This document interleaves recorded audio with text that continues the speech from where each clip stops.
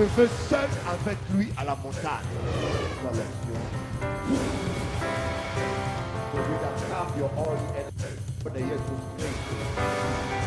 Dieu est toujours au contrôle. Dios tiene siempre el control. Dieu est toujours au contrôle. Dios tiene siempre el control. Sois calme, garde confiance à Dieu. Et rien n'est jamais impossible. Y nada es imposible. Il n'est jamais trop tard. Nunca es demasiado tarde. Il n'est jamais trop tard. Nunca es demasiado tarde. Tout est toujours possible.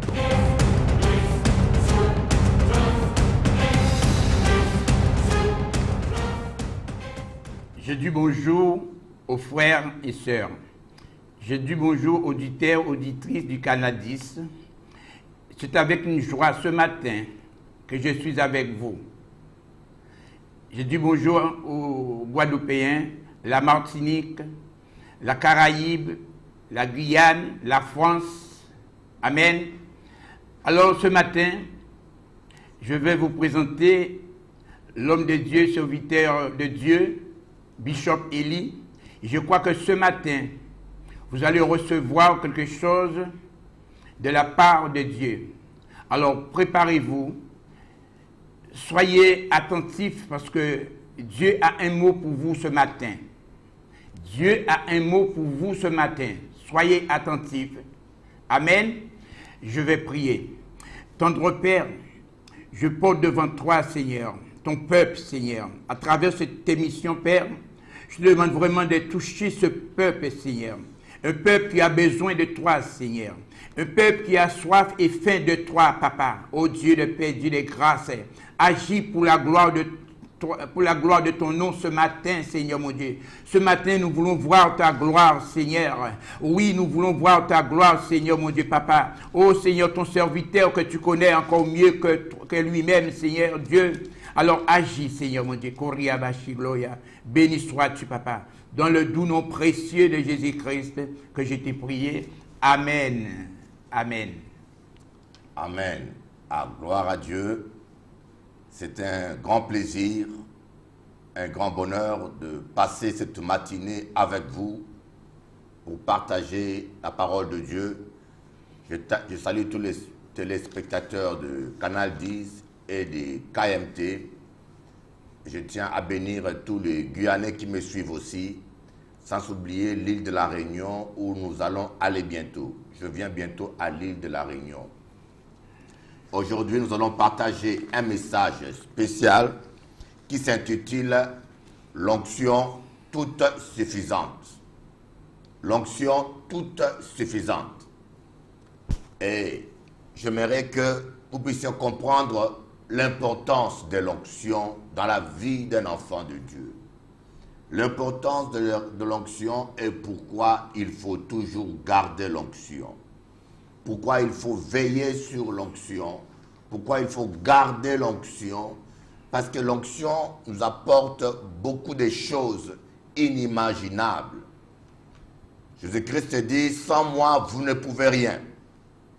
Ça veut dire que sans l'onction, c'est quoi l'onction? L'onction, c'est la présence du Saint-Esprit, la présence de Jésus-Christ en nous, en vie du ministère. L'onction, c'est quand le Saint-Esprit est là pour nous aider à exercer notre ministère, à exercer un travail à la gloire de Dieu. Et Jésus nous dit, bien, sans l'onction, nous ne pouvons rien.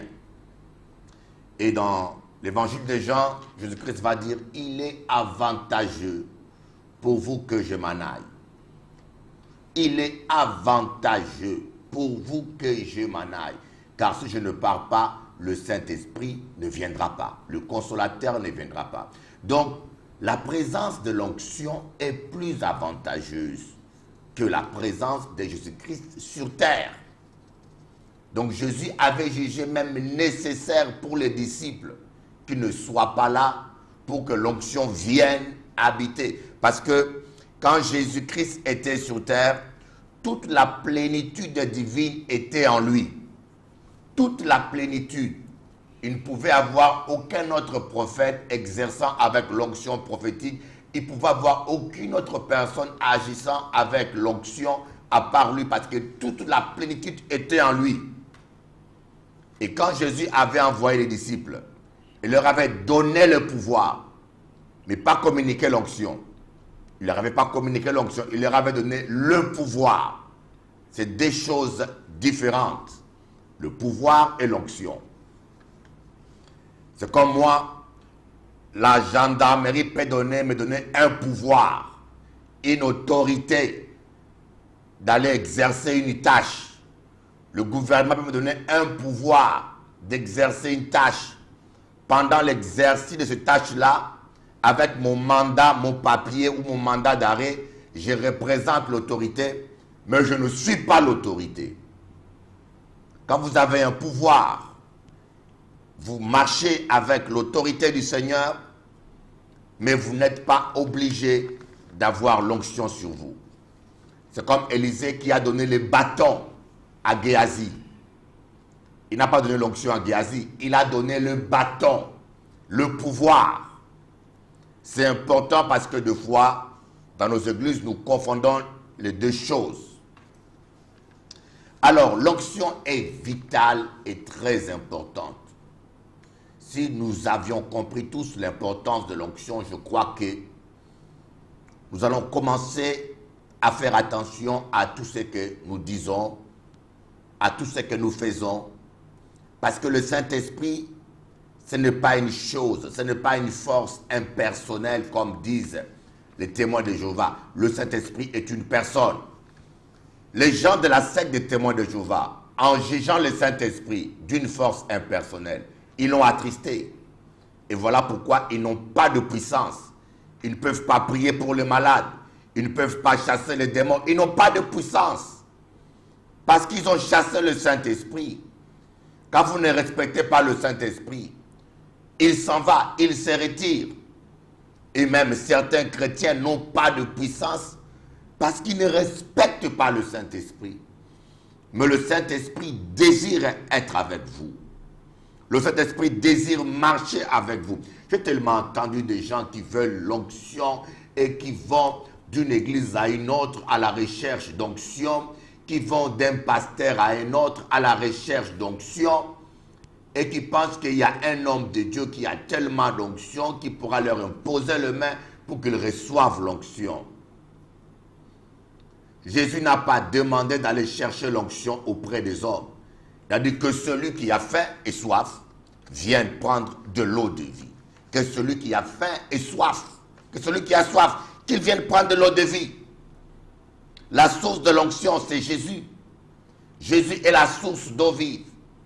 Et dans la Bible, quand on parle de la source, ou de l'eau, ou de l'huile, on fait allusion à l'onction. L'onction toute suffisante.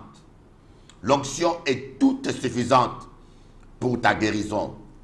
L'onction est toute suffisante pour que tu puisses exercer avec succès ton ministère. L'onction est toute suffisante pour restaurer ta famille. Tu n'as pas besoin des hommes. Tu n'as pas besoin des religions. Tu n'as pas besoin de 10 000 personnes, même toi seul avec l'onction. C'est suffisant déjà. Toi et l'onction, vous êtes la majorité pour remporter la victoire dans tous les problèmes de votre vie. L'onction est toute suffisante. Ne courez pas à gauche, à droite pour chercher une solution. L'onction est en vous, la solution est avec vous. On va lire un texte qui nous parle, qui nous illustre un peu l'importance de l'onction.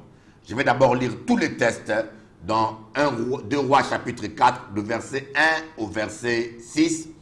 Et après, on va voir, étudier verset par verset, tous les enseignements, les révélations, pour que nous puissions rentrer en profondeur et comprendre ce que Dieu veut nous dire. Parce que dans ce texte, il y a beaucoup de révélations au sujet de l'onction. On commence au verset 1.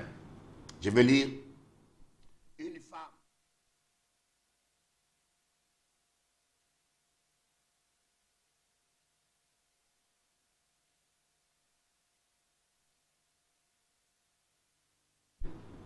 Amen.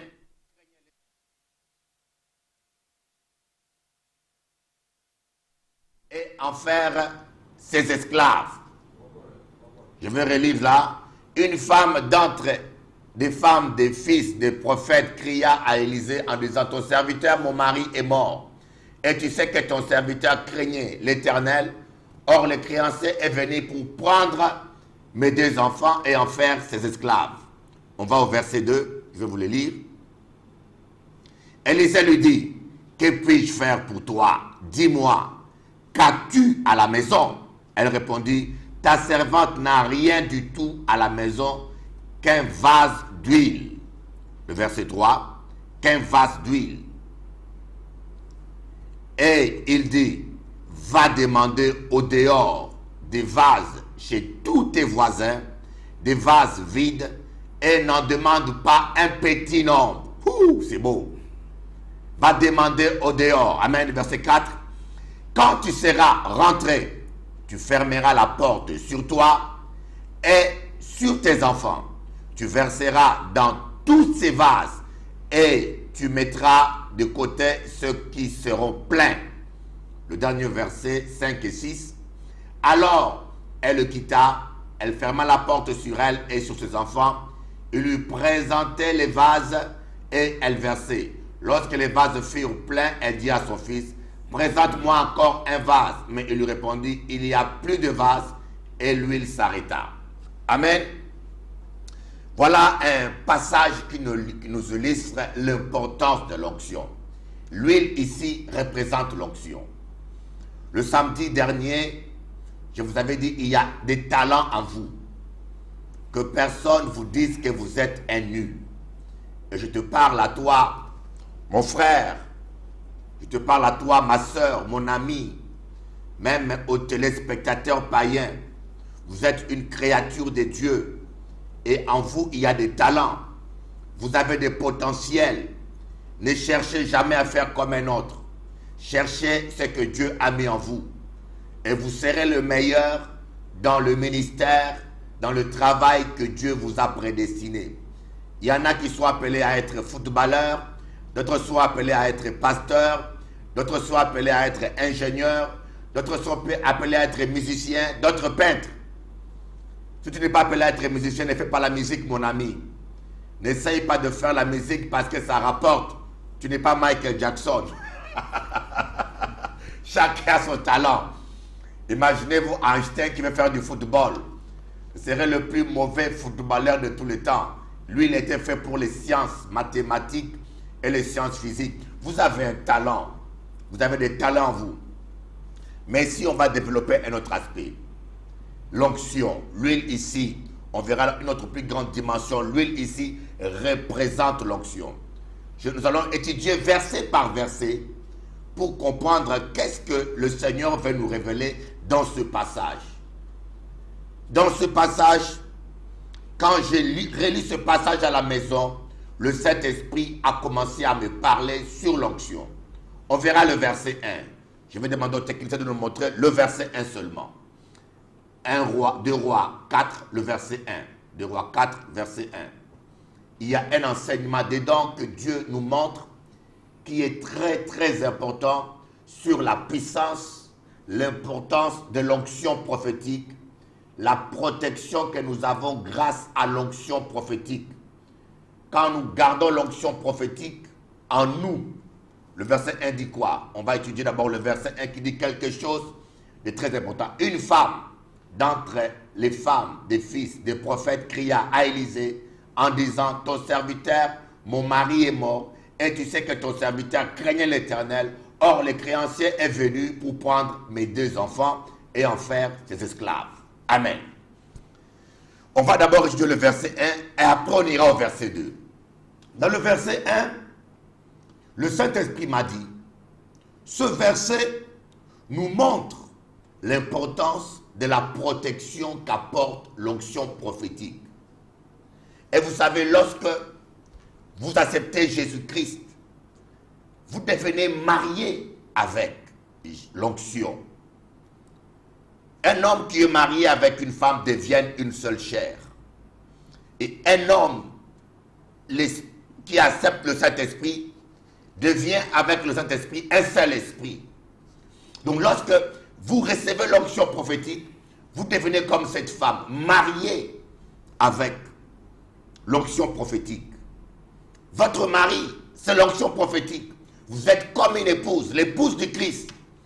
Et l'onction prophétique, comme un homme, va assurer votre protection, votre sécurité. Je crois qu'une femme qui est mariée, quand vous allez pour vous battre avec une femme mariée, vous devez savoir que vous aurez d'abord affaire à son mari. Un mari digne de ce nom ne laissera pas un autre homme ou une autre personne agresser sa femme. Donc le mari a un rôle de protecteur de sa famille et de sa femme. C'est ça aussi le rôle de l'onction. L'onction va vous protéger de beaucoup des attaques démoniaques. L'onction va vous protéger contre des créanciers méchants. L'onction va vous protéger contre des maladies. L'onction va vous protéger contre des événements malheureux. Et parce que dans le psaume 91, on dit que celui qui habite sous l'abri du Très-Haut, à l'ombre du Tout-Puissant, il est sous l'abri du Très-Haut.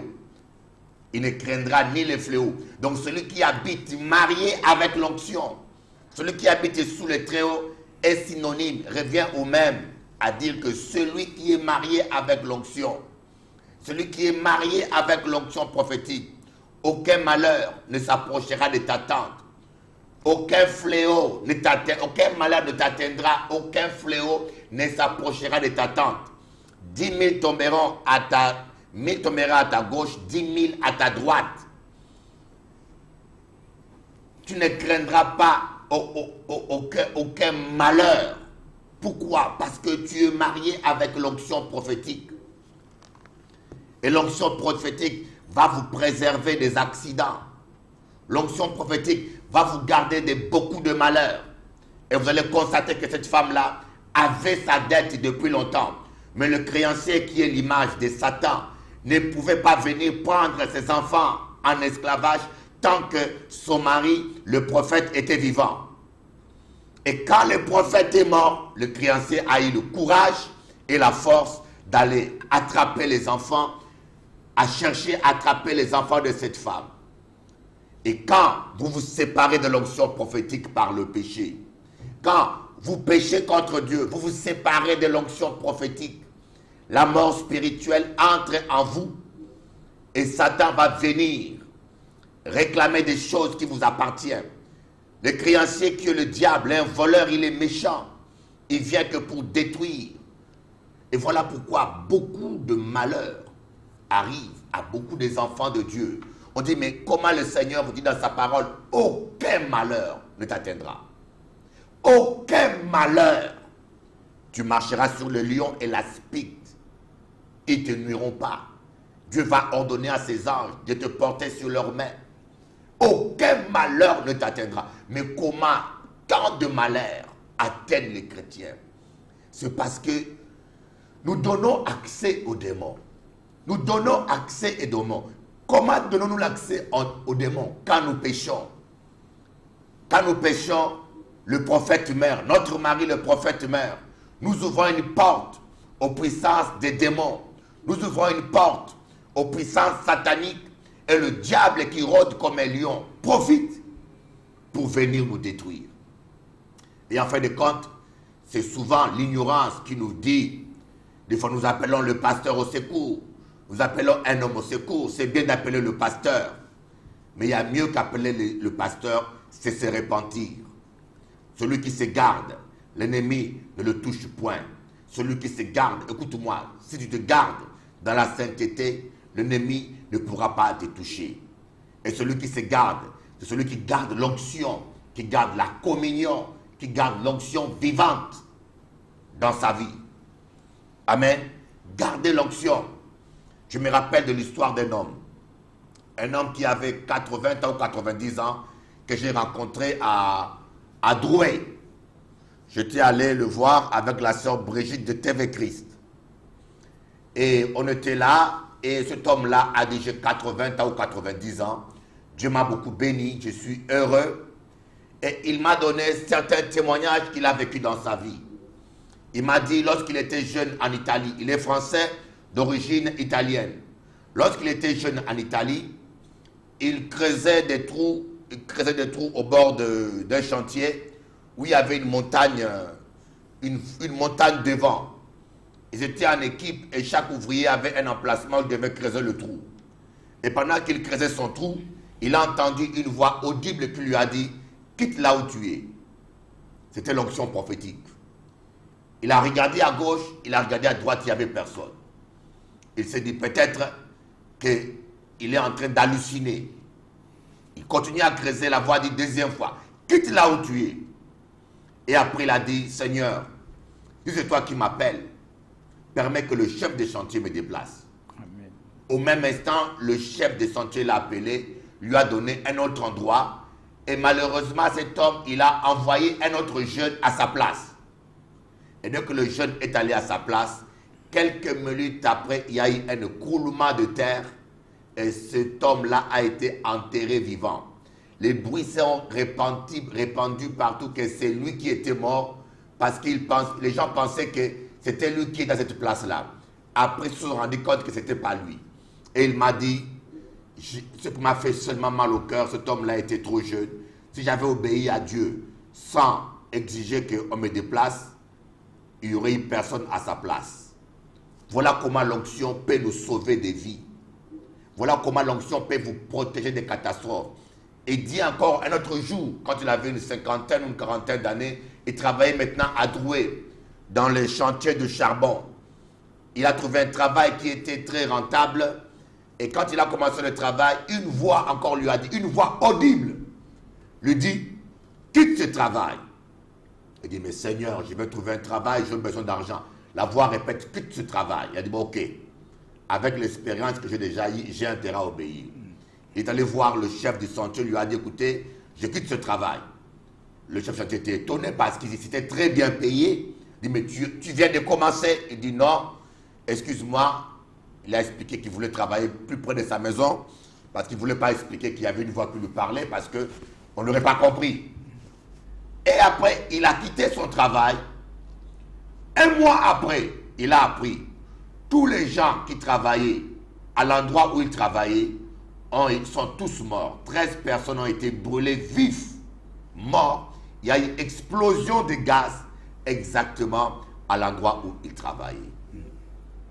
Quand vous êtes en communion avec l'onction, vous ne pouvez pas mourir dans un avion qui va brûler. Moi, quand je prends l'avion, je dis toujours au voisin qui est à côté de moi, je suis là, l'avion ne brûlera pas. S'il y aurait eu un problème, je n'aurais pas été là, parce que j'ai l'onction qui m'avertit de tous les dangers. L'onction, c'est merveilleux. Beaucoup de malheurs nous atteignent, parce que nous ne sommes pas en communion avec l'onction. Nous sommes chrétiens, nous allons à l'église, nous allons prier, nous sommes pasteurs, nous prêchons, mais des fois, nous divorçons 2 fois, 4 fois, 5 fois par jour avec le Saint-Esprit. Parce que le péché nous sépare de Dieu, nous sépare de l'onction. Amen. Maintenant, on verra maintenant le deuxième verset, l'enseignement qu'il nous donne, deuxième verset. Élisée lui dit, que puis-je faire pour toi? Dis-moi, qu'as-tu à la maison? Elle répondit, ta servante n'a rien du tout à la maison qu'un vase d'huile. Amen.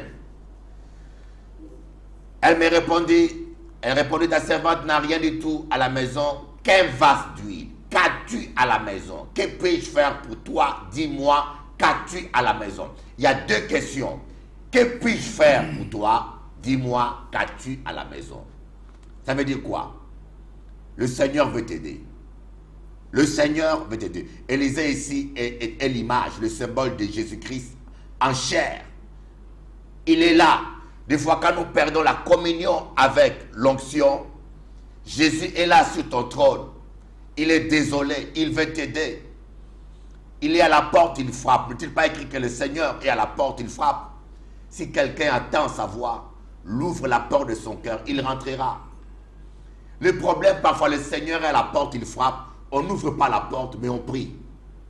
Le Seigneur est à la porte, il frappe. Tu dis, Seigneur, entre s'il te plaît, viens à mon secours. Mais tu as la clé. Ouvre la porte, il va rentrer. Il veut rentrer. Il veut t'aider. Élisée dit à la femme, que puis-je faire pour toi? Jésus-Christ a dit, que veux-tu, femme? Que puis-je faire pour toi? Ce n'est pas la puissance qui manque au Seigneur pour intervenir dans ta vie. Ce n'est pas l'amour qui manque. Des fois, nous prions Dieu comme si nous prions quelqu'un d'indifférent. Quand vous priez Dieu, prenez conscience que vous priez quelqu'un qui vous aime. Quelqu'un qui vous aime. Il veut vous aider. Il veut vous aider plus que vous ne désirez l'être. Il veut vous remplir plus que vous désirez être rempli. Dieu nous aime d'un amour parfait. Prends conscience que Jésus-Christ veut te guérir.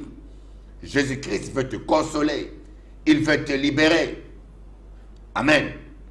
Mais par contre, il nous dit, qu'as-tu à la maison? On avait vu dimanche, samedi passé, qu'as-tu à la maison avait double facette. La première chose, cette femme avait des trésors dans sa maison qu'elle négligeait. Elle avait des talents. Des fois, nous avons des talents. Nous avons des petits moyens. Souvent, nous estimons les petits moyens que Dieu a mis en nous. Nous ne croyons pas aux petits moyens. Mais je vous dis, les gens qui ont révolutionné le monde ont commencé avec des petits moyens. Des petits moyens. Des petits moyens. Ne sous-estimez pas des petits moyens. Dieu se glorifie souvent par des petites choses. Et la dame dit, je n'ai rien du tout à part un flacon d'huile. Et c'est ça qui ne va pas avec beaucoup de nos frères et sœurs chrétiens, pentecôtistes et évangéliques, qui disent, ils n'ont rien du tout à part qu'un flacon d'huile. Ça montre comment des fois, nous sous-estimons l'onction. Nous sous-estimons l'onction, nous ne donnons pas beaucoup d'importance à l'onction. Je n'ai rien du tout qu'à part un petit d'huile, un flacon d'huile. Ah, Bishop, je n'ai pas d'argent, je n'ai rien, dans ma vie je suis malheureux. Mais tu as l'essentiel, l'onction, mon ami. Quand vous avez l'onction, vous êtes riche. Vous êtes plus riche que les hommes les plus riches de ce monde. Parce que l'onction, elle vous donne la joie en abondance. L'onction, elle vous donne la paix en abondance. L'onction vous apporte la guérison. L'onction vous apporte l'argent. L'onction vous apporte l'intelligence. L'onction vous apporte la sagesse. L'onction vous apporte tout.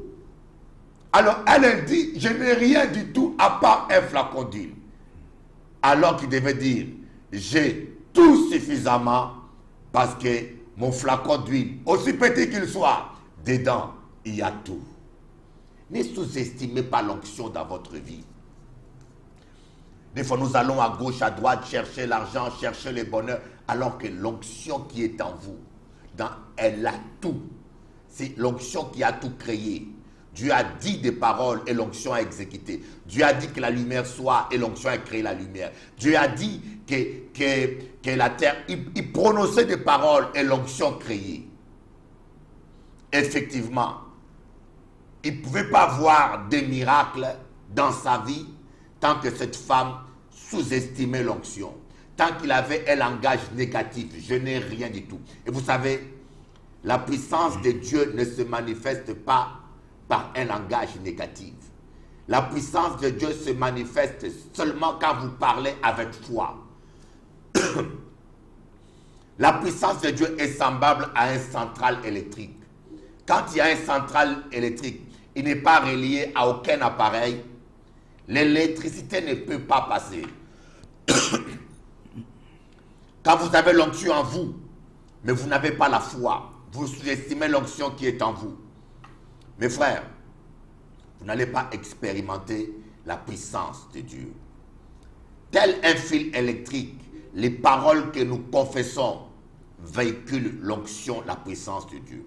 Arrêtez de dire, mon problème est grave, ma situation est dure, je n'ai pas de chance, oh je suis malheureux, ça ne marche pas dans notre famille. Arrêtez de prononcer des paroles négatives.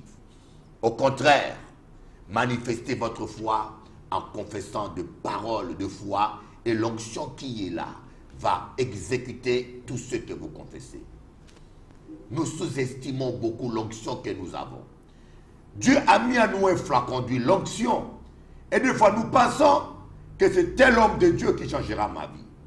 Je connais beaucoup de chrétiens qui sont instables spirituellement parce qu'ils sont à la recherche d'un homme de Dieu surnaturel, d'un homme de Dieu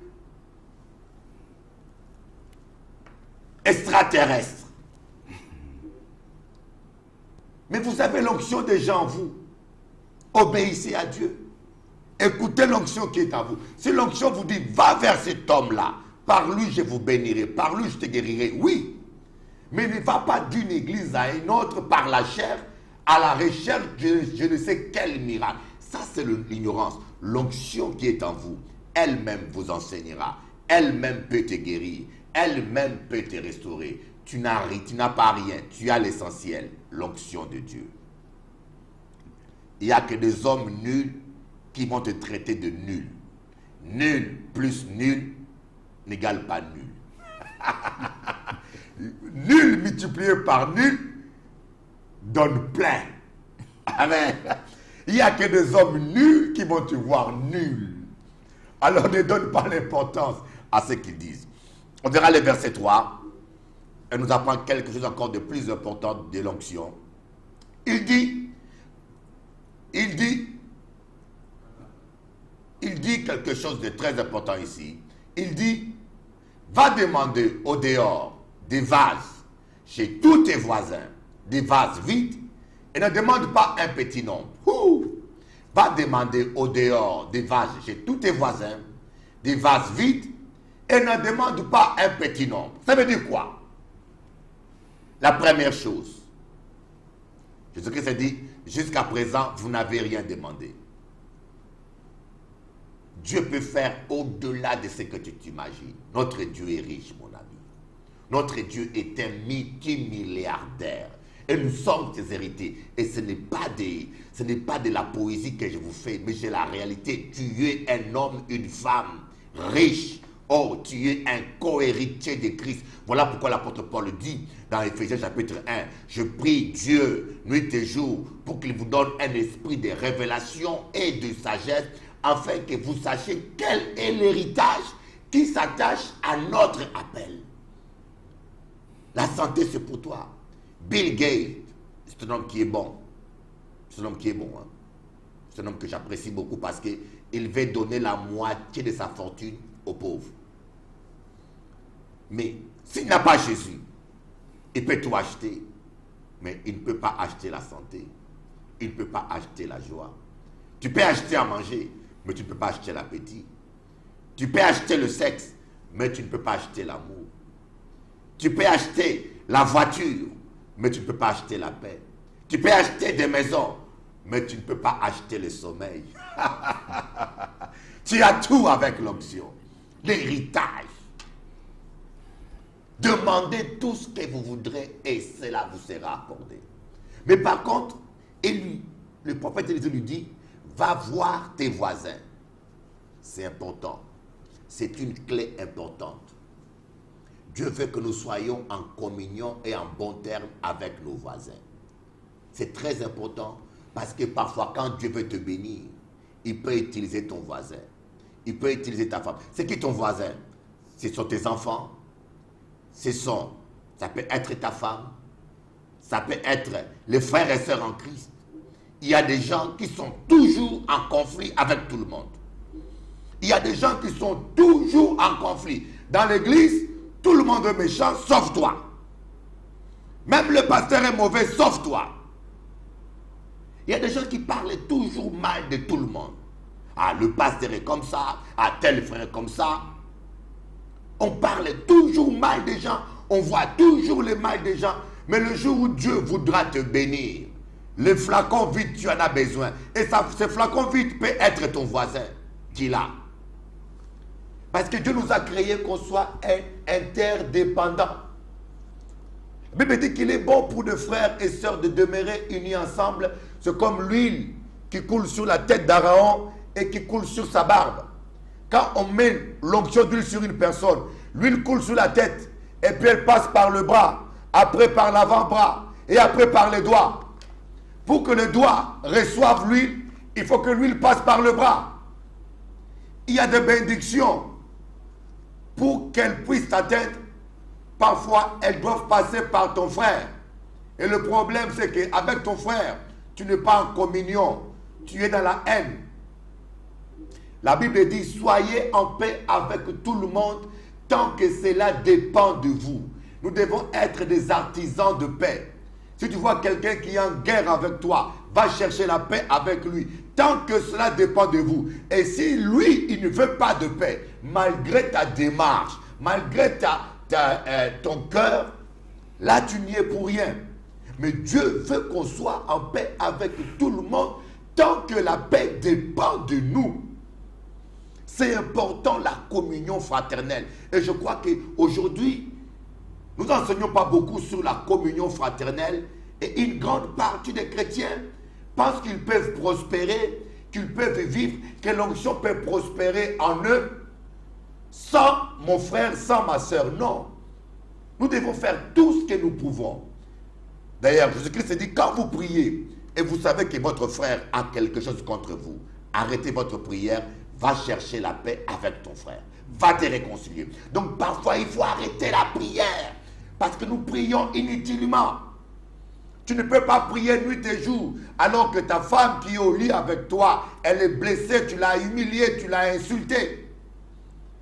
Je connais un pasteur, un jeune, un ancien qui prie nuit et jour, mais il dort au salon séparé de sa femme, chambre à part. Avec sa femme, c'est la guerre, c'est les insultes. Il me dit, oh Bishop, moi j'aime Dieu. Moi je dis, quel Dieu tu aimes? Comment peux-tu aimer Dieu si tu ne sais pas aimer la femme avec qui tu dors toute la nuit? Cher ami pasteur, si tu n'es pas en paix avec ta femme et avec tes enfants, tu perds ton temps. Tu peux jeûner, tu peux prier, tu perds ton temps. Recommence, la vie chrétienne commence dans la famille. On va voir maintenant le verset 4. Les étapes que l'onction exige. Quand tu seras rentré, tu fermeras la porte sur toi et sur tes enfants. Tu verseras dans tous ces vases et tu mettras de côté ceux qui seront pleins. Amen. Quand tu seras rentré, tu fermeras la porte sur toi et sur tes enfants. Et tu verseras dans tous ces vases. Tu mettras de côté ceux qui seront vides. Amen. Il faut savoir fermer la porte à l'ennemi. Il faut savoir fermer la porte. Regardez Abraham. Abraham voulait faire alliance avec Dieu. Dieu lui a dit, tu prendras 3 oiseaux. Tu prendras tel type d'animaux. Il lui a cité les animaux qu'il devait prendre. Il a dit, tu couperas ces animaux en 2. Et tu vas les mettre l'une en face de l'autre. Et Abraham a exécuté. Mais Abraham a oublié de tuer les oiseaux de proie. Et la nuit, les oiseaux de proie sont venus souiller le sacrifice d'Abraham. Et Dieu est descendu. Dieu est descendu. Vous savez, les portes que vous ne fermez pas dans votre vie, c'est les portes par lesquelles l'ennemi entre pour empêcher que le miracle se fasse dans ta vie. Dieu a déjà trouvé peut-être l'homme de ta vie. Dieu a déjà trouvé la femme de ta vie. Dieu a déjà trouvé la guérison pour toi. Dieu a déjà trouvé quelque chose. L'onction veut agir. Mais parce que tu n'as pas fermé la porte, des fois le diable va utiliser les voisins pour qu'ils viennent rentrer par la porte et empêcher le miracle. Fermez la porte aux paroles négatives. Fermez la porte au cancan. Fermez la porte à la rancune. Fermez la porte à la méchanceté. Fermez la porte à la jalousie. Fermez la porte, mes enfants. Des fois nous prions en vain. Des fois, nous chassons les démons. Des fois, nous chassons les démons qui sont rentrés par la porte que nous avons ouverte. On peut les chasser, ils partent. Mais tant que la porte reste ouverte, ils vont revenir. J'ai des chrétiens qui passent toute leur vie à chasser les démons, à faire de va-et-vient, à jouer au ping-pong avec les démons. Les démons rentrent, les démons sortent, les démons rentrent, les démons sortent. Ferme la porte, ouvre la porte à Jésus. Et après, tu la fermes. Pour que l'ennemi ne puisse pas se faufiler. Ferme la porte. Pour que ta famille soit protégée. Quand tu es une mère, tu dois fermer la porte. Pour que ta famille soit protégée. Parce que la mère, c'est elle qui protège sa famille. Une mère donne la vie aux enfants. Une mère prépare à manger pour les enfants. Une mère nourrit les enfants. Une mère donne l'affection aux enfants. Mais une mère aussi protège ses enfants par sa prière. Quand vous êtes une mère ou un père, votre travail est de prier toutes les nuits pour vos enfants. Parfois le malheur atteigne nos enfants. Parfois les accidents atteignent nos enfants. Parce que nous oublions de prier pour nos enfants. Moi, il ne passe pas une seule journée sans que j'aie prié pour mes enfants. Fermez la porte. Ne vous associez pas à n'importe qui. Il y a des jours, il faut savoir fermer la porte. Fermez la porte aux gens du dehors. Fermez la porte aux gens calomniateurs. Amen. On va voir maintenant le verset 5 au verset 6, le dernier verset. Alors, elle le quitta, elle ferma la porte sur elle et sur ses enfants. Il lui présentait les vases et elle versait. Lorsque les vases furent pleins, elle dit à son fils, « Présente-moi encore un vase. » Mais elle lui répondit, « Il n'y a plus de vase. » Et l'huile s'arrêta. Et là, nous voyons, la femme, cette veuve, a exécuté exactement ce que le prophète lui a dit. Elle a fermé la porte derrière et elle a commencé à verser l'huile. Vous savez, les gens disent, je veux beaucoup d'onction. Pour avoir beaucoup d'onction, ce n'est pas la prière qu'il faut. La première chose, c'est fermer la porte. C'est la sainteté, d'accord? La sainteté d'abord. Sans la sainteté, vous perdez votre temps. La première chose, c'est la sainteté. Et la deuxième chose, apprenez à donner l'onction aux autres. Apprenez à utiliser l'onction que Dieu vous a donnée. Les gens veulent de l'onction, mais est-ce que vous êtes utilisable par l'onction? Les gens veulent que Dieu leur donne l'onction, mais l'onction vient en vous pour travailler et pas pour dormir. Et quand vous avez l'onction et que vous l'utilisez, pendant que vous l'utilisez, Dieu va augmenter. Celui qui est fidèle dans les petites choses sera fidèle dans les grandes choses. Commencez par servir Dieu fidèlement avec le peu d'onction que vous avez. Commencez à faire le peu des choses. Si vous avez l'appel pour l'intercession, intercédez bien. Si vous avez l'appel pour la prière, priez bien. Si vous avez l'appel pour témoigner, témoignez sérieusement. Si vous avez l'appel pour exhorter, exhortez sérieusement. Et en étant fidèle avec le peu d'onction que vous avez, Dieu va augmenter. Et en exerçant votre ministère, en versant l'huile sur d'autres vases vides, sur vos frères malades, sur des frères qui ont besoin d'encouragement, avec des coups de fil, avec des emails, en servant le Seigneur, l'huile va se multiplier. Et vous allez voir que Dieu va vous remplir à déborder. Mais tant qu'on ne se met pas disponible, Dieu ne donnera pas l'onction à quelqu'un qui n'est pas utilisable. Il y en a qui disent, Seigneur, donne-moi l'onction pour la guérison. Mais il n'a pas l'amour pour visiter les malades. Il ne va jamais visiter les malades. Il n'intéresse jamais pour les malades. Mais tu veux l'onction pour la guérison, pour en faire quoi? Alléluia. C'est important que nous puissions comprendre l'importance de l'onction. L'importance de l'onction et pourquoi l'onction. Amen. L'importance de l'onction. L'onction est vitale. L'onction est très importante. Et vous voyez, lorsque cette fille, il a demandé, donne-moi notre flacon d'huile. Et lorsque son fils lui a dit, il n'y a plus de vase vide, l'huile s'arrêta. Lorsqu'il y a une parole négative, l'onction s'arrête. L'onction est sensible, mes amis. Voilà pourquoi des fois nous manquons de l'onction. Voilà pourquoi il y a un temps où Dieu nous utilise beaucoup. Nous sommes une bénédiction. Et à un moment, on voit Dieu n'agit plus. On dit, mais j'ai perdu l'onction. L'onction s'arrête de couler en nous. L'onction arrête de nous utiliser lorsque nous avons un langage négatif.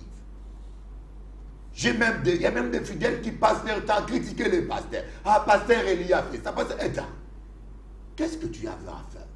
Qu'y a-t-il entre moi et toi? Et qui problème a là? Dis-moi, qui problème a? Ou pas laisser-moi tranquille, ou pas lâcher-moi tranquille? Ah, père Elia, qui problème a? Moi, pas grand-père a. Je suis en train de rigoler un petit peu.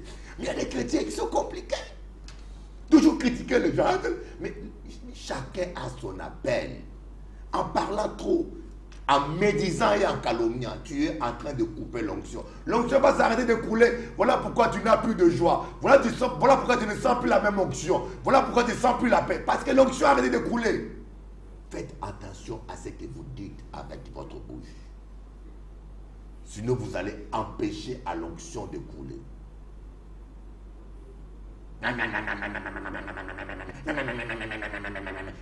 C'est comment les canards mangent. Quand les canards prennent la bouffe, les canards. Je rigole, ne vous fâchez pas avec moi. Il y a des chrétiens qui sont de véritables canards. Oh, ta bouche est faite pour adorer Dieu. De la même bouche ne peut pas sortir l'eau amère et l'eau douce. Je rigole, hein. Je rigole un petit peu. Des fois, je suis humorique parce que parfois, il faut rigoler. Parfois. Alors, Pasteur Pierrot va nous donner les rendez-vous que nous avons dans la semaine. Demain, je suis à Martinique, à Rivière-Roche, et à 8h, et je suis aussi à Bergevin. Je prêche le matin dans 2 églises. Vas-y, mon frère. Dimanche à 8h en Martinique, à Rivière-Roche, Fort-de-France. Ouais. Dimanche à 9h30 en Guadeloupe, à Bergevin, face à Cache-à-Faire. Amen. Samedi à 15h à Marie-Galante. Aujourd'hui, hein, Aujourd'hui à 15h, rue du Vieil Arbre. Amen. Amen. Dimanche à 7h à Moule, face à la CAF, pardon. Amen. Et dimanche à 8h, rue de la République à Saint-François. Amen. Amen. Alors, dimanche, samedi prochain, nous aurons le pasteur Agnès Jacques, le pasteur Jacques, qui va faire une émission avec nous à Canal 10. Amen. C'est une femme de Dieu qui prêche très bien. Et je lui fais part de l'invitation. Et nous aurons la joie de te recevoir, pasteur Jacques, et pour apporter la parole de Dieu aux Marie-Galantais à partir d'ici. Honneur à Marie-Galante. C'est une femme extraordinaire, Amen. pasteur Jacques. Yes. Elle a l'onction, elle a le courage et surtout elle a l'amour. Et si elle ne pourra pas venir, on viendra te filmer là-bas à Marie-Galante. Amen. Amen. Amen. Que Dieu vous bénisse et à bientôt. Gardez l'onction, soyez fidèles, gardez l'onction. Elle est sensible l'onction. Gardez-vous de la sainteté afin de garder l'onction. L'onction est toute suffisante pour votre bonheur. L'onction est toute suffisante pour votre joie. L'onction est toute suffisante pour votre guérison et pour votre prospérité. Gardez-la bien et respectez-la. À bientôt.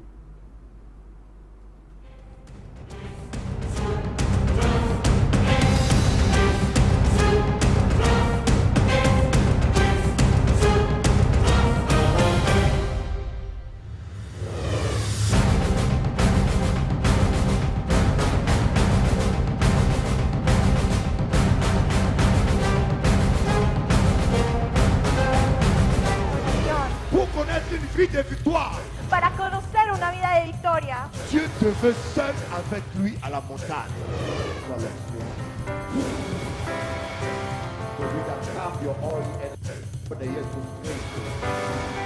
Dieu est toujours au contrôle. Dios tiene siempre el control. Dieu est toujours au contrôle. Dios tiene siempre el control. Sois calme, garde confiance à Dieu.